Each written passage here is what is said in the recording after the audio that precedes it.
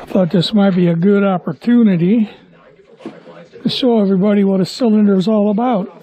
Installs for no payments or interest for 4 years. Now is the time to get your free estimate. PellaVirginia.com or I'm not going to compete with that thing. All right, so obviously you probably know who I am. I'm the infamous David Douglas Merriman III. I do submarines. Lately I do RC submarines. Ellie and I had a business, D&E Miniatures, and we produced product for the RC submarine trade. I'm now retired, and what I do assemble or build now is basically a hobby again, what used to be a business. This might be familiar to some of you as the Trumpeter, not Trumpeter, what was it? I think it was Trumpeter produced it, a 1/35th scale Type 23. Anyway, I've been operating this thing for a couple of years. And of course, they don't operate without the mechanics used to propel, control them. In this case, here's a cylinder, what I call a SubDriver, which handles propulsion, control, ballast, and of course it houses a battery to power everything. This particular unit goes into this model. What I want to emphasize today, for it to be instructive, is to show you a similar SubDriver, which I've assembled for a friend, and I'll be sending it off tomorrow. But the system is basically this. Of course, transmitter and the cylinder itself. You'll notice that the forward and after bulkheads have been pulled away some distance from the cylinder proper. I do that every time I'm done with the cylinder, and I go through what's called the post-mission checks and procedures, is to make sure that if any water got into the cylinder, of course the gross amounts would have been addressed with a rag and sponge and liberated. But you leave the cylinder in this condition so it can air out. You may not see water, but there might be vapor trapped within the heat sink of a circuit board or within a container or something. You wanted to have the opportunity over time to thoroughly dry out. And this is the condition a cylinder is stored in after you operate. And it's the last thing you do during the post-mission checks. All right, just a simple explanation here. We'll get back to an assembled cylinder, which is basically the same one I just showed you. You have the after dry space, and you have the forward dry space, which contains the battery. Within this after dry space, you have the propulsion motor, the servos, which operate drive push rods, which in turn make up to the linkages for the rudder, stern planes, and the bow planes. Another servo operates the ballast system, which will either open a vent valve to let water in through the holes in the bottom of the ballast tank, or in the other direction, it operates a pump, a low-pressure blower, which gathers air either from the surface through a snorkel or from the dry spaces, scavenging air to start the blow until the snorkel emerges above the surface.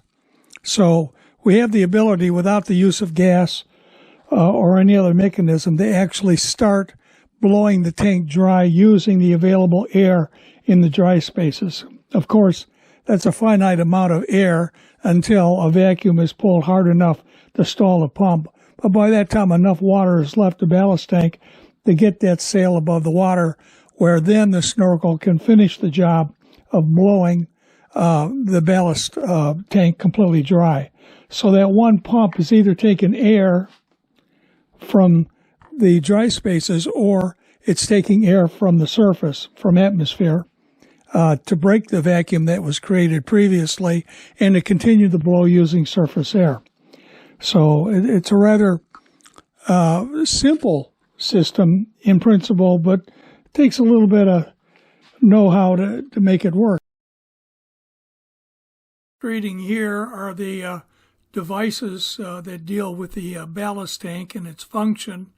The low-pressure blower is located in the after dry space and is your common little diaphragm one-way pump that you would find in small blood pressure units, but it'll accept 3 to 6 volts and run quite well, but will only pump in one direction. But it will pump either air or water without any objections and no leaks. The low-pressure blower takes a suction from the snorkel induction assembly you see me holding in the top of this picture. Normally, air would come in from the surface once the sail is broached the surface or the model's in normal surface trim. And that would be the air path of air to come into the ballast tank after being compressed by the pump. The discharge side of the pump goes directly into the ballast tank. So the air path is from the surface, compressed by the pump, discharged into the ballast tank, blowing the water out through holes in the bottom of the ballast tank. The second way of blowing water ballast with air is to actually scavenge air from the dry spaces of the cylinder itself. You have the forward and after dry spaces where that air is drawn from, and this is the condition when the sail is completely submerged and the snorkel induction assembly, specifically the snorkel valve itself, is closed. A float acts to block the path of any air, or in this case, water. We don't want water in the system, so the snorkel induction assembly is closed off that path. Automatically, air is drawn into the blower from the dry spaces, which of course have a finite amount of air, and quickly a vacuum is developed to a level that eventually stalls the pump, but not before approximately half of the ballast tank has been blown dry. And that's enough to make the model light enough to at least broach the sail out of the surface, out of the water, surfacing the snorkel induction assembly, which opens, and air is now introduced into the system, which breaks the vacuum, gets the cylinder dry spaces back to 1 atmosphere, at the same time providing the path for air from the surface to get into the low pressure blower and continue the blow. So the virtue of the system is no onboard gas is required, usually in the form of propellant or Freon or CO2. We eliminate the need for an onboard volatile to provide the gas required to blow the tank. All of the gas used is air, either from the surface, atmosphere, or what little atmosphere is contained within the dry spaces, which is scavenged out by the pump. As you can see, the battery goes in here. This bulkhead here, you see it assembled. You'll notice that we have these hoses externally here, whereas in this case, the hoses are internal. This is a modification I've effected about a year ago to get rid of this junk topside, which gets in the way.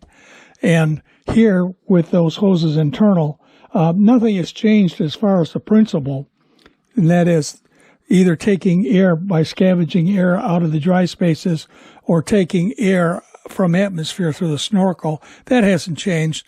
Just the location of the plumbing has been streamlined. Looking and by at that I mean taken away. The internals of the ballast tank a little bit closer, this demonstrates another device, which is an emergency backup.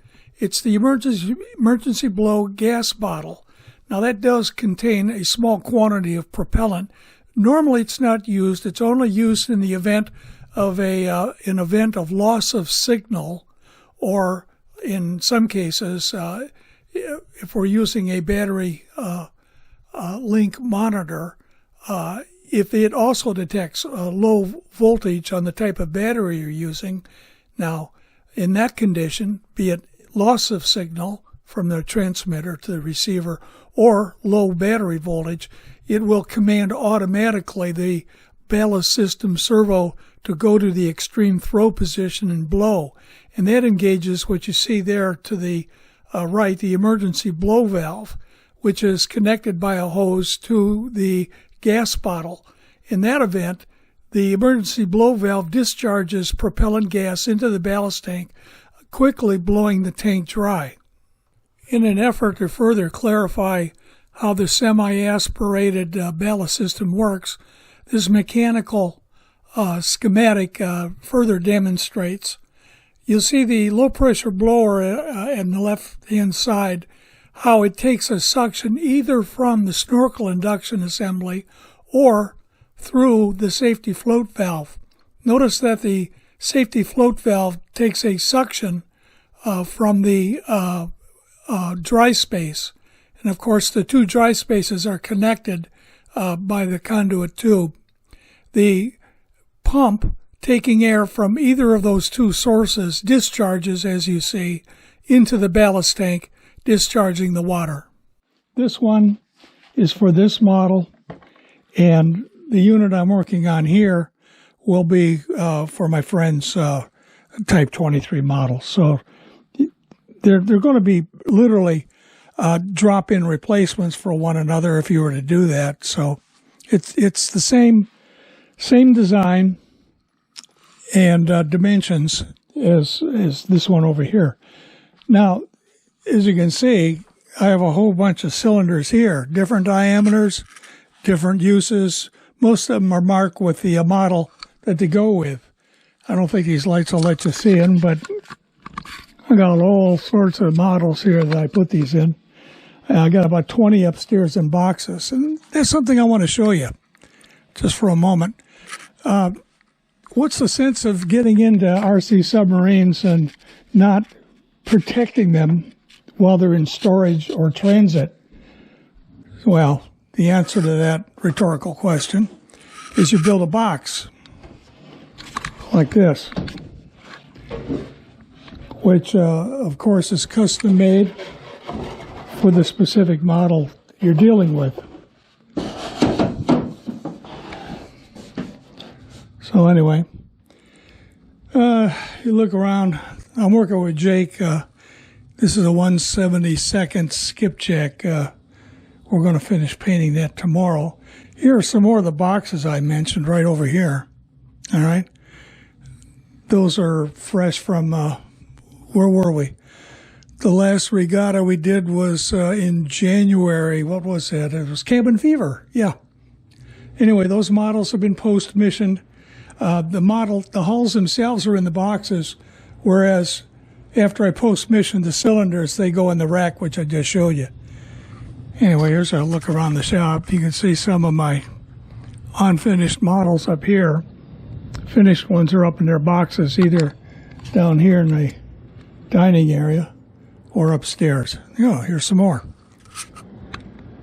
Kilo and 196. We'll do a little bit closer look at what a SubDriver looks like. So I'll pull out this, what I refer to as the motor bulkhead, this entire assembly here, which comprises a propulsion motor, which goes through a 3-to-1 gear reduction unit here in the bulkhead proper. And the output right here is this shaft. And, of course, the servos, which operate eventually the control surfaces of the submarine. This is the receiver. And I prefer 75 or 72 megahertz RC systems like this here, this Fox, which at that frequency can penetrate fresh water rather well, permitting me to operate not only at periscope depth, but at any significant depth. But then again, since you, the driver, have to be in the loop and be able to see your model, if you can't see it, you can't drive it. So we don't go terribly deep, typically periscope depth, but deeper if required and if the water clarity permits. Looking at the underside of the motor bulkhead, we see that pump. I call it a low-pressure blower because that's its function. It'll pump either water or air, but its intended use is to pump air, taking air through the induction side, which will either get the air from the dry spaces or from the surface. That air is compressed and then sent through the discharge line into the ballast tank, where the water would be blown out. Here we see the speed controller. The current draw in this 7-volt system isn't much, so a speed controller rated for 4 amps is plenty, as long as you stay within that voltage. And then another device is a battery link monitor, which is a fail-safe device, which will work to surface the boat automatically. If you lose the signal, it'll detect that loss of signal and command a blow from the low-pressure blower. And if the battery voltage goes below a minimum, it will commence a blow. So it's a fail-safe circuit. And of course, submarines require positive onboard control of the stern planes to maintain a near zero pitch angle while submerged. Unlike an airplane, you cannot discern your pitch angle once you're underwater, probably because of the refraction of the water gives you a wrong sense of your pitch angle, so you can't remotely control it effectively. But an onboard device that senses the vertical, this angle keeper does that job and will automatically position the stern planes to maintain a zero bubble. However, you can override it easily from the transmitter so that you can effect quick changes in depth. But most depth corrections are done with the bow planes. Just a look-see at a transmitter and what it does. Your typical layout is left and right for the rudder, like it would be on an airplane. Up and down is the bow planes or fairwater planes, depending on the arrangement your particular submarine has. And again, that's akin, this is mode 2 basically for model airplane guys. And then of course the ballast system is left and right on the left stick, and the throttle is the vertical position of the stick. Now, unlike most transmitters, the Vox has these 2 sets of switches. I only use this side, and that's for the stern planes. And those are full throws, either full rise or full dive. But most of the time, I'll leave it to the angle keeper to do its job, keep the boat on a zero bubble while I do precise depth control with the, in this case, the bow planes, since we're dealing with the Type 23. So you can see these various connections making up to the bulkhead. We got power, which is coming from the battery, and that power is distributed to the devices that require raw bus current and voltage. And then, of course, we have the discrete control leads from the ballast servo and the other servos going either to a device or to the receiver proper. The devices I mentioned in this case are the speed controller, the angle keeper, and the fail-safe device, the battery link monitor. So that, in a nutshell, is the components you will see on a typical motor bulkhead of my design. You go over here, you take a look, you can see that servo in there, which operates either the vent valve to flood the ballast tank, or in the other direction, it maintains that shut, and at the same time, because they're coming off of a Y lead, the pump is actuated to blow. So the servo either travels in the neutral, blow, or vent positions.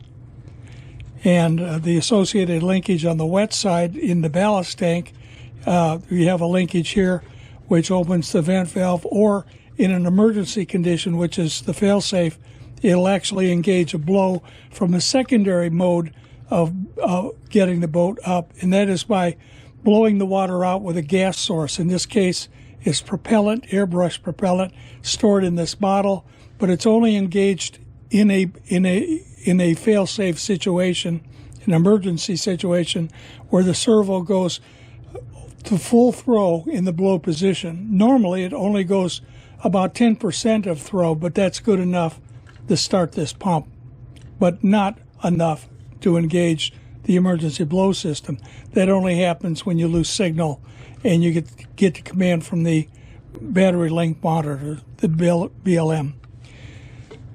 In this, you can see some of the plumbing here, not to good advantage, but you can see some of it.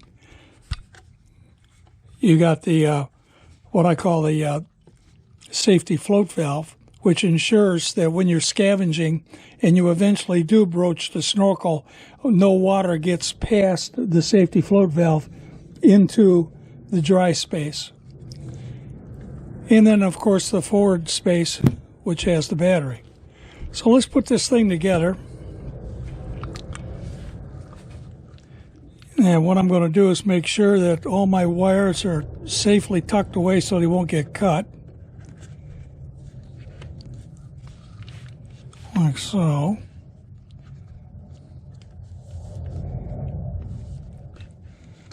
As you can see, it's a little bit of a dance. Gets a little wild at this point. But anyway, you see that where I'm pinching wires? Can't have that. Oh, a little bit of gentle persuasion. And I make sure that things are right side up, which reminds me I got to put an indexing mark up here so my friend doesn't encounter the same problem I'm having right now.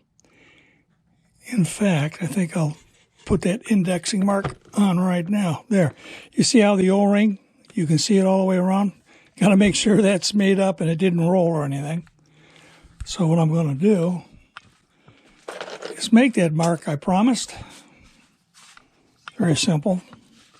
I'm going to mark the end of the bulkhead as well as the cylinder. So this will ensure proper indexing in the future. Just like so. And I'm going to do the same with the forward bulkhead after I put the battery in. So let's put the battery in.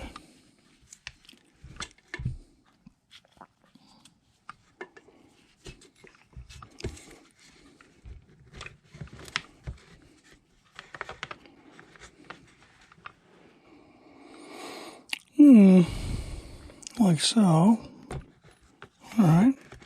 Shove that dude in here.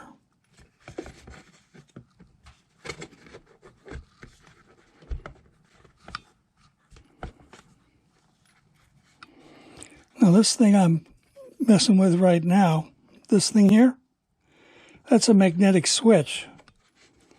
It permits me to remotely turn the system on and off.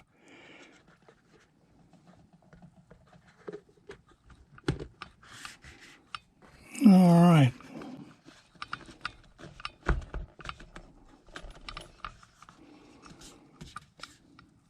Well, I can see that doesn't want to work that way. So we'll get that out of the way. We'll try this. And again, we're going to roll it to make sure we didn't roll the O-ring out of its groove. We didn't. We're good. Fine. So the battery's in there. We got the magnetic switch. And what we're going to do is real quick, we're going to operate this thing. And of course, the protocol, like any RC aircraft is, or boat, is to first turn on the transmitter. And then, since we have a magnetic switch here, use a magnet. Hear that? It just turned everything on. And then we go to our transmitter. Rudder, bow planes, ballast system. This is the blow side. You can hear the pump. Nothing to see, but anyway. See the servo moving? At the same time, it's traveling. It would go to blow, but it's been restricted because I set the transmitter for 10% at that direction. But in vent, it's full throw. And when I go in that direction, this little vent valve right here opens. This close-up will better illustrate the mechanical arrangement, particularly the after ballast bulkhead that has mounted on the dry side a servo, and then through a watertight seal, the servo linkage extends into the ballast tank, and you'll see it marked as servo push rod. That operates a lever arm, which in turn engages the bottom of a rubber element in the vent valve atop the ballast tank. I call it the ballast linkage arm. It rotates as a consequence of ballast subsystem servo push rod travel. Traveling forward vents the tank, traveling aft about 10%, engages the pump only, but when it travels aft 100%, then, and that condition only occurs during failsafe, then that engages the gas on board bottle, the emergency blow, to quickly empty the ballast tank and bring the model to the surface.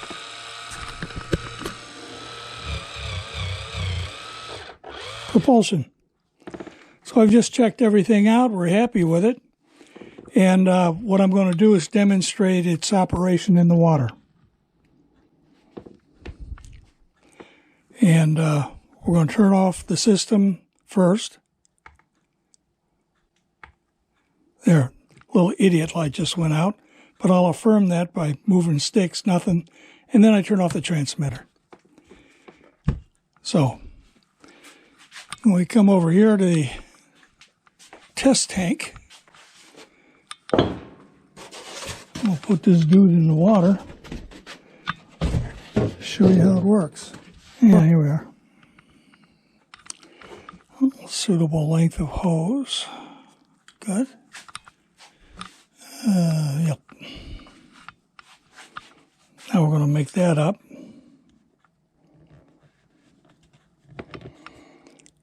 Orient it so this will be above the water. Roll up my sleeves.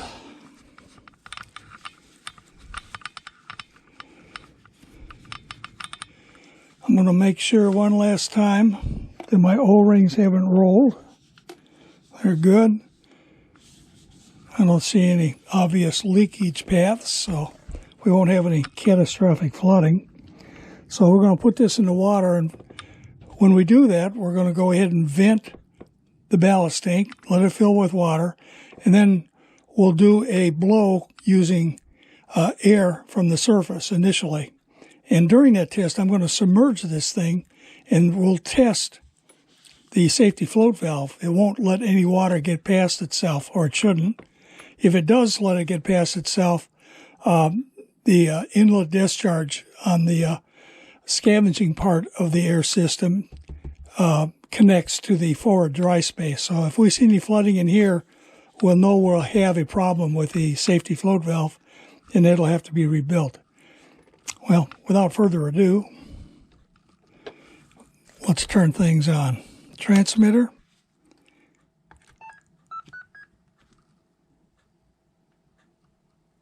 Boom.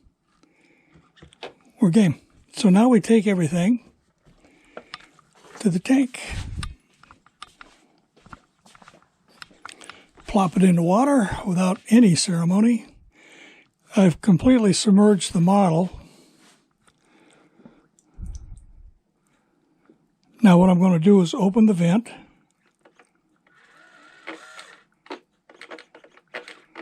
Which I see is sticking.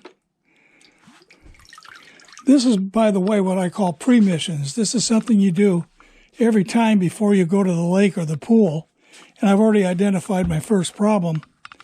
The vent valve is hanging up.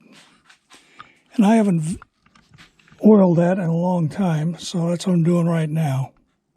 I'll put a drop of 3-in-1 oil in there, cycle it a few times, And that should make us golden.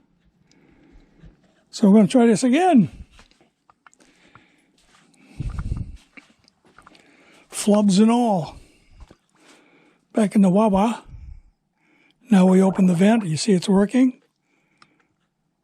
Vent. Vent. Now watch, the water's going to come all the way into the ballast tank. See? And that's it. Now it's flooded. This would be submerged trim.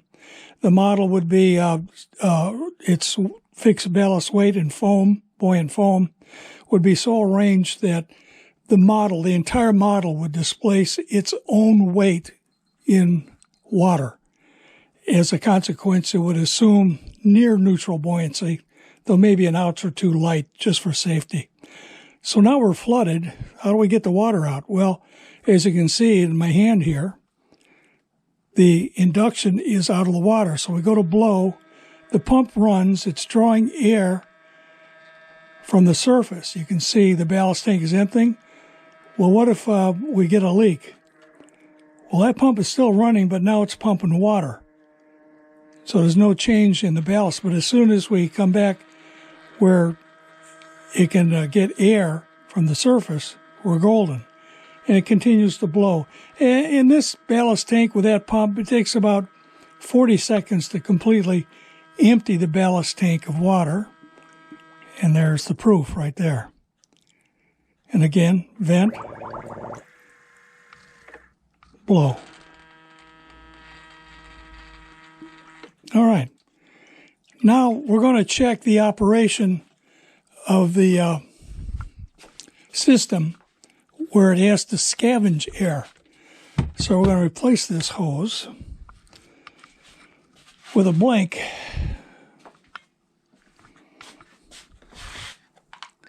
Anywhere.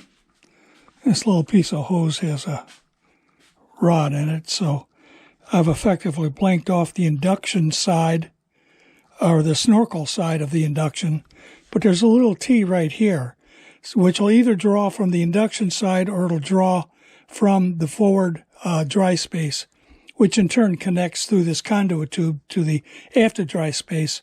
So we'll be drawing only air from those dry spaces, and this will be a demonstration showing how much blow we can get just by that limited amount of volume.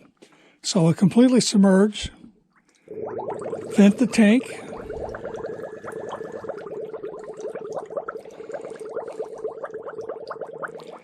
fine, and commence a blow. Notice that we are blowing air into the ballast tank, reducing the weight of the cylinder by that amount of water. Notice it's still blowing. I can get almost half of that tank empty. Now here's the deal. That much added buoyancy to the model is more than enough to get the sail completely out of the water, which reveals the snorkel head valve. It opens, and then it breaks the vacuum that was created, and then continues to blow using atmospheric air. So that validates operation of the system using just scavenged air. Now, after that, I've pulled a vacuum, and I'd pulled a vacuum underwater. So if I'm going to leak anywhere, that's when you're going to find it. So that's part of my pre-mission checks, is to do that. I've now got a slight vacuum in there, and if it did draw any water in, I could see it. And magically, I don't see any water. Now, when I pull this, I push my ear to it and I listen for a hiss. Maybe you heard it. Just a little bit of slurp. The vacuum's broken, and we have a good test. We don't have any water. Now, if I was going to go to the lake at this point, I would turn the system off and then put it in the model and box it up and go have a fun time at the lake. So that's the long and short of how one of my watertight cylinders works today. Of course, what you're looking at here is way to the right of the evolutionary chart of WTCs. that we had developed over the last 30 years.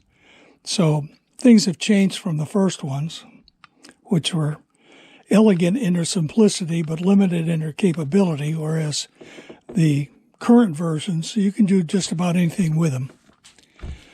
All right, that's it. That's my story, and I'm sticking to it. This last photo illustrates the practical application of this watertight cylinder.